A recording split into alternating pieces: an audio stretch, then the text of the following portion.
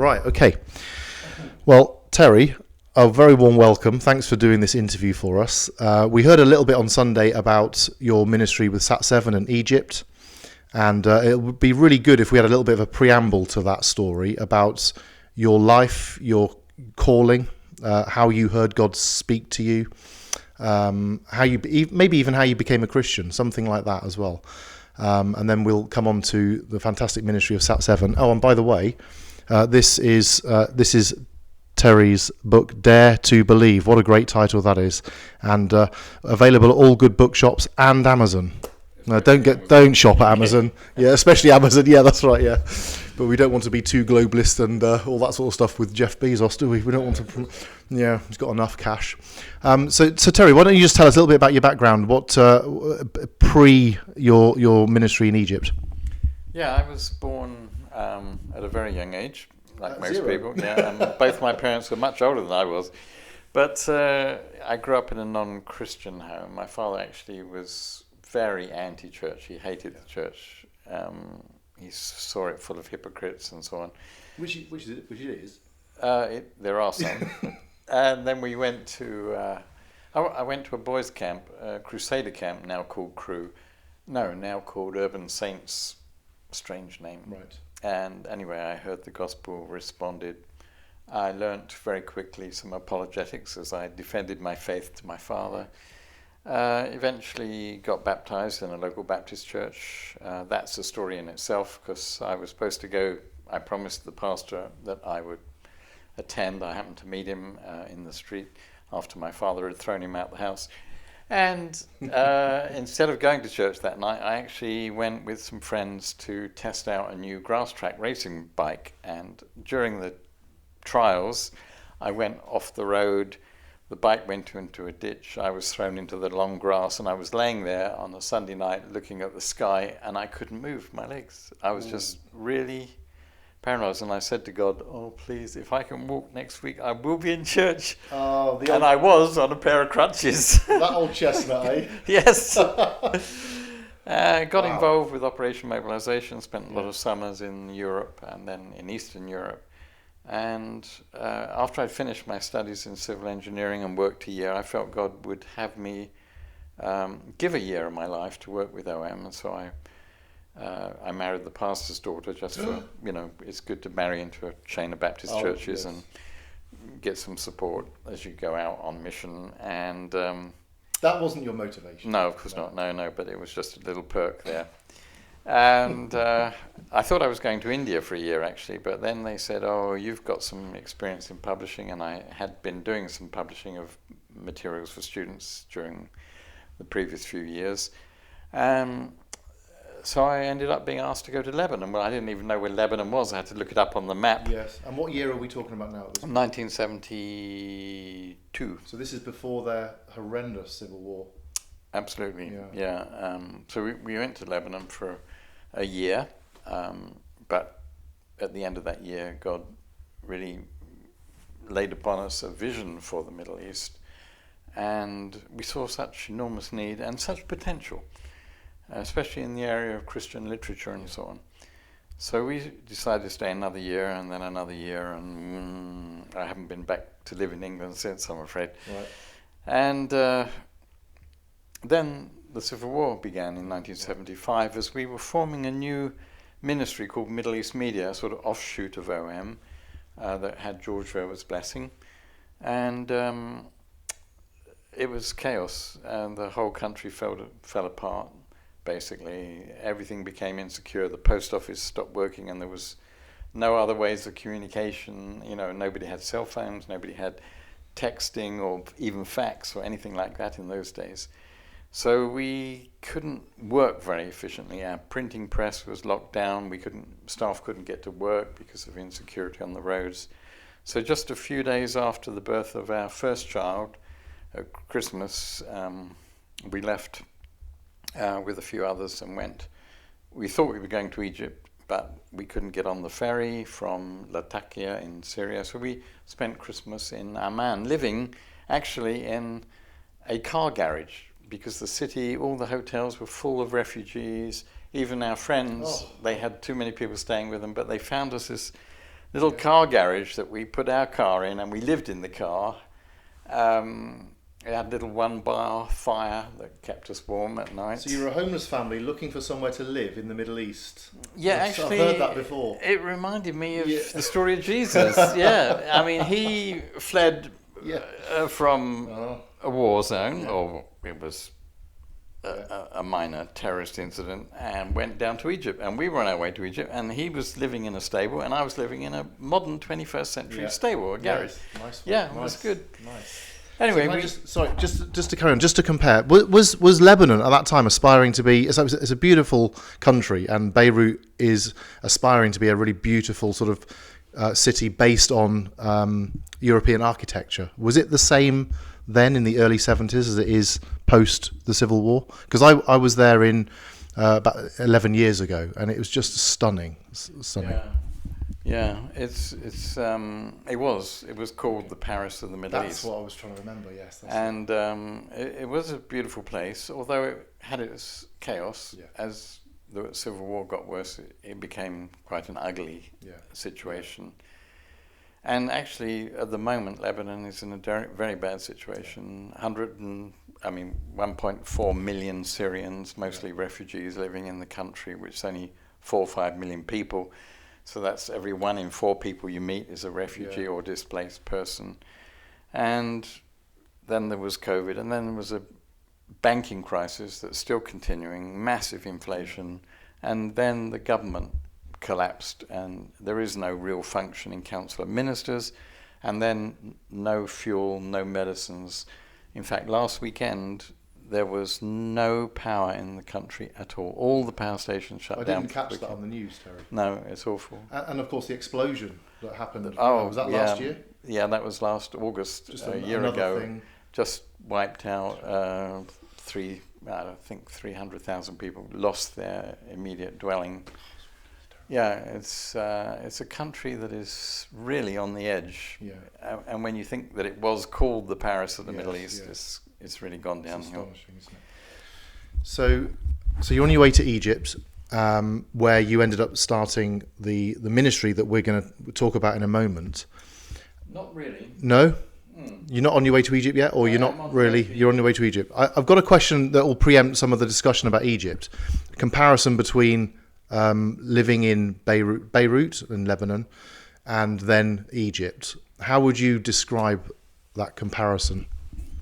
Well, at that time in the 70s, it was very different. The infrastructure was awful. I mean, the telephones didn't work. In Beirut? In Cairo. In Egypt. Yeah, you'd pick up the phone, nothing, or you'd wait for 10 minutes. You get a dialing tone. You try and dial a number, it was engaged, and the roads were crowded. There was no flyovers and modern intersections like there are today in Cairo. So it was like stepping back in time. Okay, so you're not quite going into Egypt. No, we actually launched a newsstand magazine for young people called Magala that was sold in 14 different Arab countries. Had a readership of about 500,000 people every month, and that was really exciting. I mean, compared to book publishing, we were reaching far more people regularly through the magazine. But 500,000 people, that only represented a month's growth in the Arab world at that time. And one night when I was on my way home, if it's okay to repeat a story. Do. I came to the apartment where I'm living, but right next door they were putting up a new apartment block, and they bought a night watchman to guard the steel and cement and sand. And normally he was just there, the kids were playing in the sand, and his wife was cooking on a couple of little burners. But they live literally on the edge of the road with a tarpaulin to keep the sun off during the day. But tonight they had a TV set, a little black and white TV set, and I couldn't believe my eyes. This is 1980s, early 80s. So I stood there staring at it and noticed the wire, the power cord for this TV ran right across the building site into a neighbour's, sympathetic neighbour's socket. And I thought, well, if we're ever going to touch lives, of illiterate people, of children, of women who are largely illiterate in that part of the world, we're going to have to use something like this, the visual media.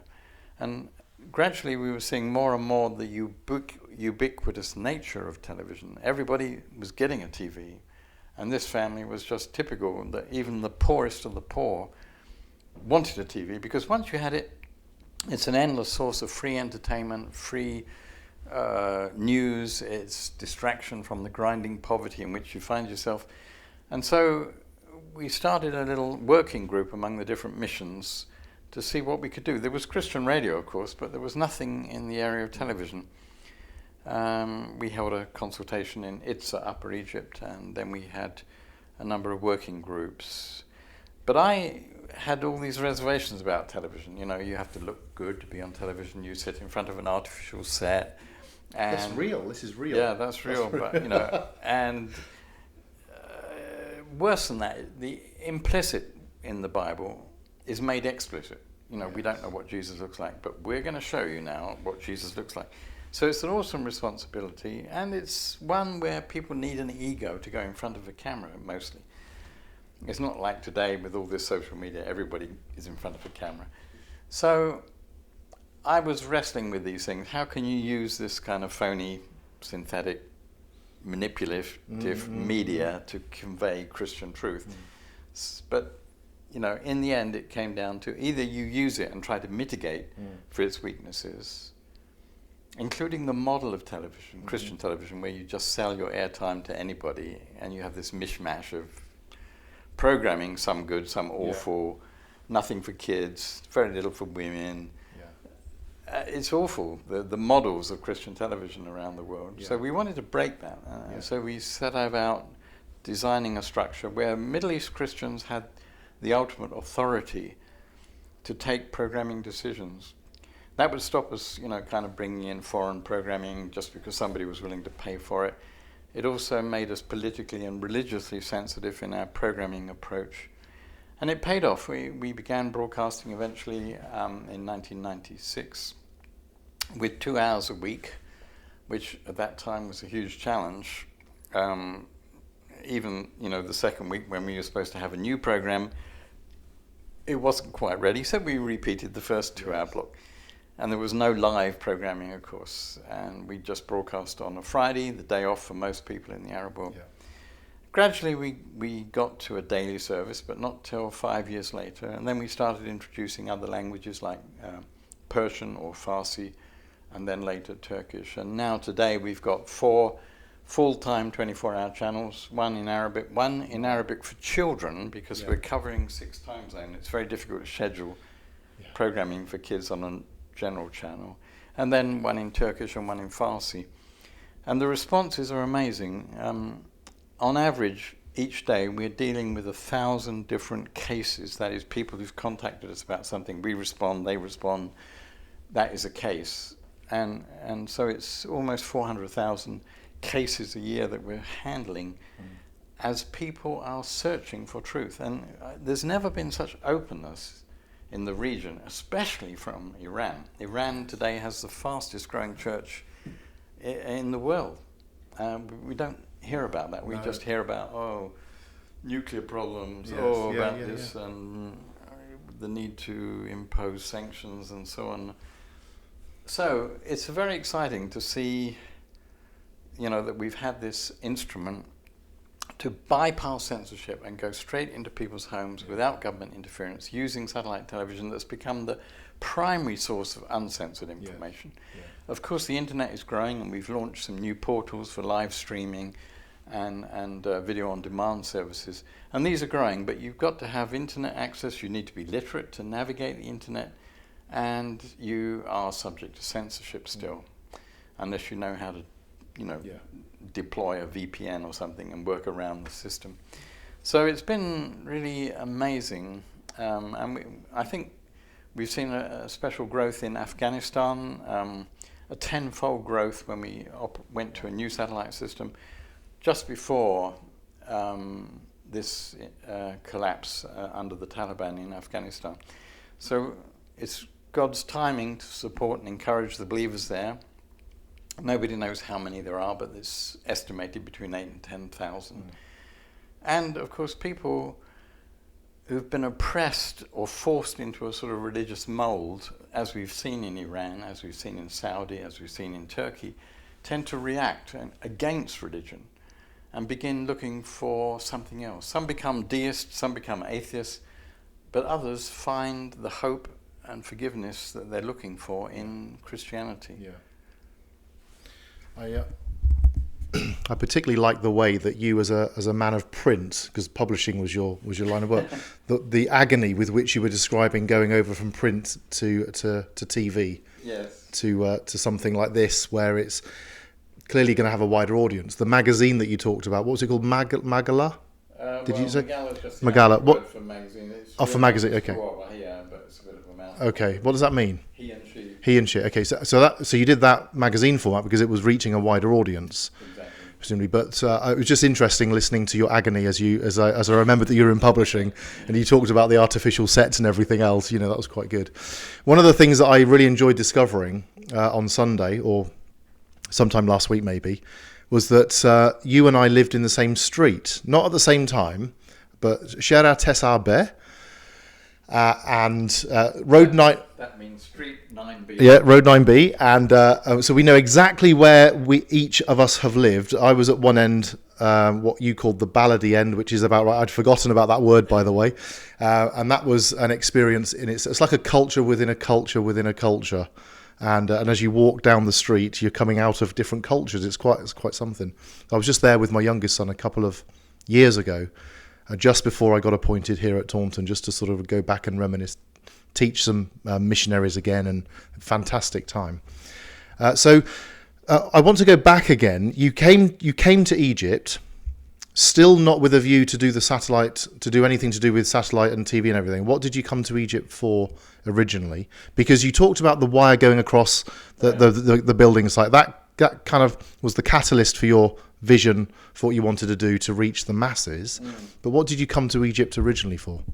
Well, when we were in Beirut, the 3 years we were involved in Christian publishing, we did some research, and one of these studies showed that the average Arab spent 2 seconds a year reading a book, which is a very discouraging statistic for a book publisher. So we looked at what they were reading, and they were mostly reading newspapers and magazines, especially political or religiously subsidized magazines, which was most of them.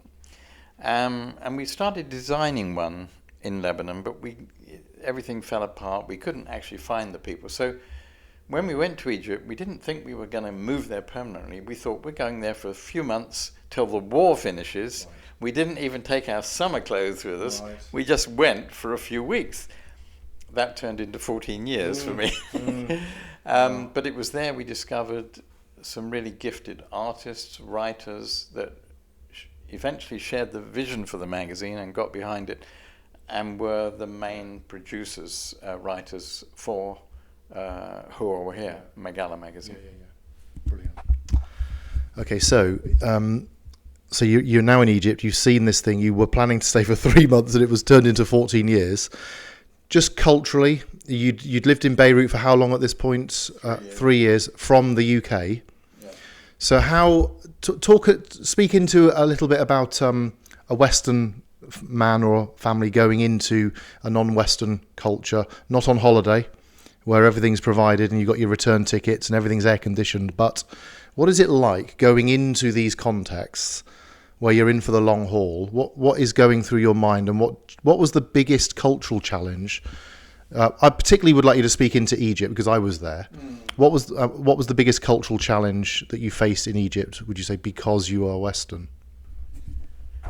Oh gosh, there's so many. The general disregard for personal space, all the gushing words that never result in anything, tangible, the promises, the inshallahs, God willing, we'll do that on Thursday or Friday or Saturday or next year.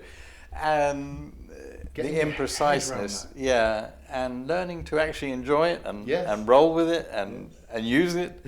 No problem. So, yeah, I think there was many things. The general disregard for the environment, the way people just discard things, chuck them out the car window. Um, the good things too, the kindness of people, the hospitality, Yes. unprecedented. Yeah. The care for family and concern for family. Some very, very fine values in the Arab world that we would do well to learn from. Yes. Yeah. So. Yeah. So you hinted at just now the religious fatalism in the phrase "Inshallah," God willing, a kind of whatever will be kind of attitude. And when I was there, this was something that was very powerful. Yeah. You just get the impression that nothing will ever change. So were you as shocked as me at the Arab Spring and what we were seeing in Tahrir Square? I think 2010, wasn't it? Can you speak into that a little bit, and then we'll cover some stories in the book? Okay. Yes. It was a surprise in many ways, although there's always been a mumbling and a grumbling minority. But to see the way in which things came together in Tunisia, first of all, which was sort of red flag for everybody and opened the eyes of Egyptians who actually learnt a lot from the way the Tunisian revolution went. But to see them out on the street coordinated through new social media that they had not had access to before was awesome. Yes. My son actually got involved. He lived in Egypt at that time. He was a teacher. And he didn't want to get involved in the street demonstrations. He thought it might discredit the revolution by having a foreigner on the front lines. But he did go down and start giving out bottles of water to the soldiers, to the demonstrators. Suddenly he got caught up in with the crowd moved back and the police opened fire, and he got shot in the eye. He got a shotgun pellet, went under the eye into it. Well, it's a long story, which you can read about in the book. Did he lose his sight? It's a miracle that he didn't. He couldn't find a hospital with a doctor for 3 days, and I eventually got him on a flight to London, where I happened to be that week. Took him to Moorfields Eye Hospital. They said, go away, we don't deal with these kind of cases, you have to go for a neurological department, so they sent us to East London. We waited forever to get seen, but then eventually, when he was admitted and put on morphine, he was a very happy boy after that. The morphine really helped. Great, good stuff. And they removed the pellet from behind the eye. It had cut all the muscles under the eye, but it hadn't actually damaged the eye or gone through into the brain. And so the guy said, incredible. Yeah. And today he's perfectly able to see, but he can't move his eye up and down. He goes like that now. But he's teaching, actually he's based here in Taunton, in Trull. Wow. So you should get him to tell his testimony sometime. It's an amazing story. Now I know that I will. Let me just... Okay, so before we come to a couple of stories, I've got a story that I'm not going to tell you that I'd like you to tell. At the end, we'll finish with that one, if that's okay. So as long as you don't tell it as part of the two that you're going to choose. Anyway, it'll be clear later. In Egypt, there was a lot of energy amongst the young, like you say. The social media mobilized people, organized, and that gave rise to something I never thought I would see happen in that kind of culture. So that was amazing to see what would happen. But I just wanted to, if you could speak into the life and health of the church. I came across outstandingly creative and energetic evangelicals, and really thoughtful and courageous Coptics. And I never want to sort of disregard one because it's not my tradition, but I really grew to love the Coptic tradition. And I loved visiting Mount Sinai when I went to Egypt and all of that kind of stuff. I bet you've never had a snowball fight with the monks at St. Catherine's Monastery, have you? No. I've got.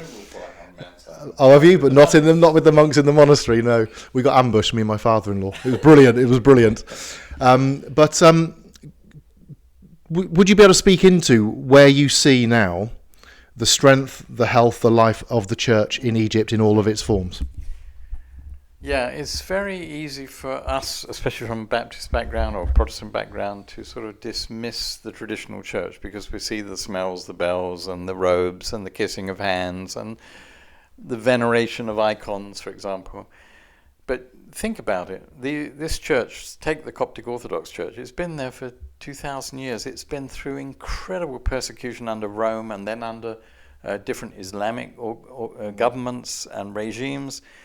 In fact, they date the church, the Coptic Orthodox Church, dates its calendar from the great persecution under the Emperor Diocletian, when thousands and thousands of Christians were slaughtered because they refused to repent of their faith. So you're talking about an incredibly rich church, the church that gave us actually the basics of the Bible we have today, the church that started the monastic orders. And I guess it was really what changed me was meeting people. Now, I met one Coptic priest who was an awful person. He tried to get money out of me. He was a beggar, basically, and a Coptic priest. If I had judged the whole church on him, I would have dismissed it. But then I met Bishop Musa, the Bishop for Youth. He radiated godliness and wisdom and a passion to witness for Christ, to support his church. And then I met many others, young people movements, Khalas and Nafus, the evangelistic movement within the Coptic Orthodox Church. So what I would say is, please, let's avoid judging a denomination based on one or two meetings we've had with horrible people. I know some horrible Baptists who I've met, and if that was my only experience of Baptists, I would never be a Baptist. So we have to see that God is actually working in all these different churches. And one of the great surprises of heaven is, we're going to be coexisting in heaven with people from all kinds of traditions. But even Pope John Paul, before... Amazing man. Yeah, he said he believed only 2% of Catholics were born again or practicing Catholics. And the rest, the other 98% of Catholics worldwide, need to be evangelized. And that started Evangelization 2000.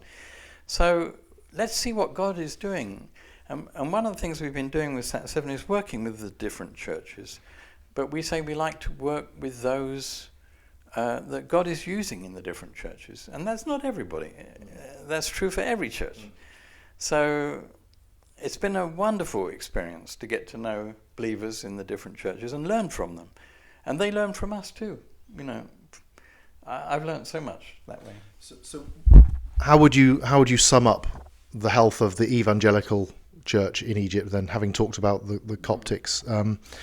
Because of the few that I met through my YWAM days when we were doing discipleship courses and Bible school courses and things like that, there was a lot of passion and energy and an absolute radical commitment to not be Muslim, to witness to Muslims, to love your Muslim neighbour, but to be Christian while you do it, to be distinctive in the way you talk, even the way you dress, not to be Western, to be distinctively Egyptian, but evangelically Christian Egyptian.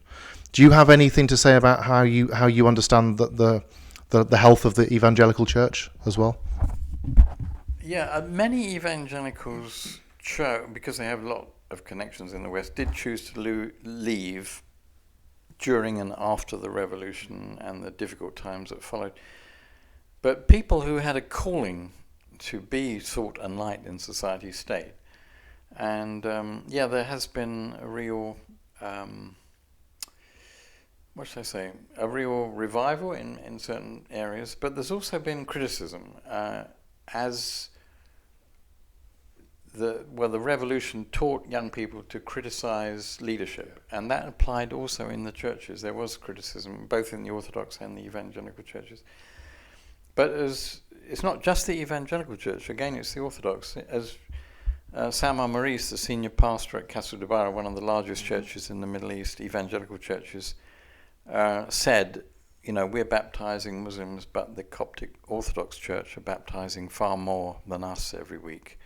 And of course they do that in secret, behind closed doors, and give people new names and identities. In fact, they will deny they're baptizing anybody, just to protect all those involved in it. So if you look at it synthetically from the outside or simplistically, you will dismiss them as not interested in evangelism, because to advertise the fact that you're evangelizing Muslims is to invite a major problem. And yet you can very happily have a good conversation with a Muslim about religion. They want to talk about these things, don't they? And so they're so in that. If you don't criticise. Yes, as long as there's a shame and honour thing going on there, isn't there? Within that, but they almost invite that conversation. But it speaks into what you were saying about the MBBs, the Muslim background believers. We do know that there are Christians worshipping in mosques in patterns that are familiar to a Muslim worshipping in a mosque, but they're Christian, and because they can't be identified. No, and interestingly, the Muslim worship patterns were taken from some of the early Christians in Arabia, and so the Coptic Orthodox Church offers Muslims a much more, what should I say, compatible or friendly style of worship than the Evangelical Church, where you sit in a wooden pew, which is sort of disrespectful when you should be on your knees praying. It's culturally much closer. Yes. And some people really identify with that. I think that's a really good point about identifying that the Islamic tradition has borrowed from the Judeo-Christian tradition. So when we talk about honouring what they're doing, we're talking about a borrowed system, aren't we? A borrowed and adapted system. Terry, I'm really looking forward to reading this book. I haven't read it yet because you're going to give me this copy. Is that what you said? Absolutely. You're a kind man. Can you tell us a couple of stories that we'll find in here? And then I'm going to see if I can ask you to finish on a story. I hope you don't choose the one I'm thinking of because you shared it with us the other day. But a couple of stories that will excite us from that book. Oh gosh, I don't know where to start. There's so many stories in this book, and many of them are stories about Christians from the traditional churches. Some, for example, the story of Kenan Araz.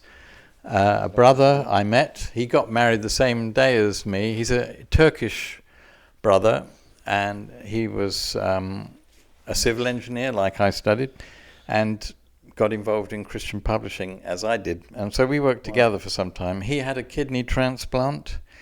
His mother donated the kidney. He was quite ill. And he used to go around telling people in Istanbul, have you ever heard of someone with 3 kidneys? And then he would give them his testimony. And there's a book written about him called My Big Father, where he would always talk about his big, wonderful Heavenly Father that took care of him. His story is exciting. There's others like Joseph Hovsepian. I mean, he's the son of a bold pastor in Iran that got martyred for his faith. Joseph and his siblings and his mother eventually left, and he studied film in the UK and then went to California, where he's made a film about his father and is making regularly programs that are broadcast back into Iran, sharing the Christian faith. There's just so many awesome people that I'd like you to meet through this book. Brilliant. Okay, well, this is what I'd like you to end with. You shared with me on Sunday the most brilliant little story about your landlord, and then you went back to the block of flats where you lived, and there was a new landlord, a landlady. You know what I'm talking about? Yes. Can you speak to that, and then we'll conclude. Yes, we started with Road 9B where we both lived. We're going to end there. At about the same time that Richard was living there, my son, who'd been working in Saudi Arabia, went back, and he actually went to the building where we used to live and rented an apartment, not the same one that we used to live in when he was about 3 years old, but another one. And it turned out that the landlady was the daughter of my landlord when I'd lived there. And she said, oh, you know, if it wasn't for your mother, I wouldn't be alive. And he said, oh, really? Yes, because my mother wanted an abortion, and your mother, my wife, talked her out of it. And she must have told this story to the daughter, because here she was, like, I don't know, 30, 40 years old, maybe less. She knew all the details and shared it with my son when he went, thanking him for his mother's advice to her mother. You know, Terry, that is such a fantastic story to end on. It's a fantastic story to hear anyway. It's a story of resurrection, life out of death. it's going to become a prayer of mine for Egypt. I love the country, having lived there, and like you said, met the people. You meet people, and it changes how you view a place, doesn't it? But that story of someone who wasn't expecting to, whose parents weren't expecting to have her, and just the fact that she was spared and was living a fruitful life. Wonderful story. Terry, thank you so much for joining us. We wish you all the best, and we'll continue to be praying for you. And just to say again, dare to believe in all bookshops, all good Christian bookshops, and not just Christian bookshops. Mostly on Amazon. Yeah, just go to Amazon. As a Kindle or as a book? Okay. Available in other formats as well. Terry, thank you so much, and God bless you. Thank you.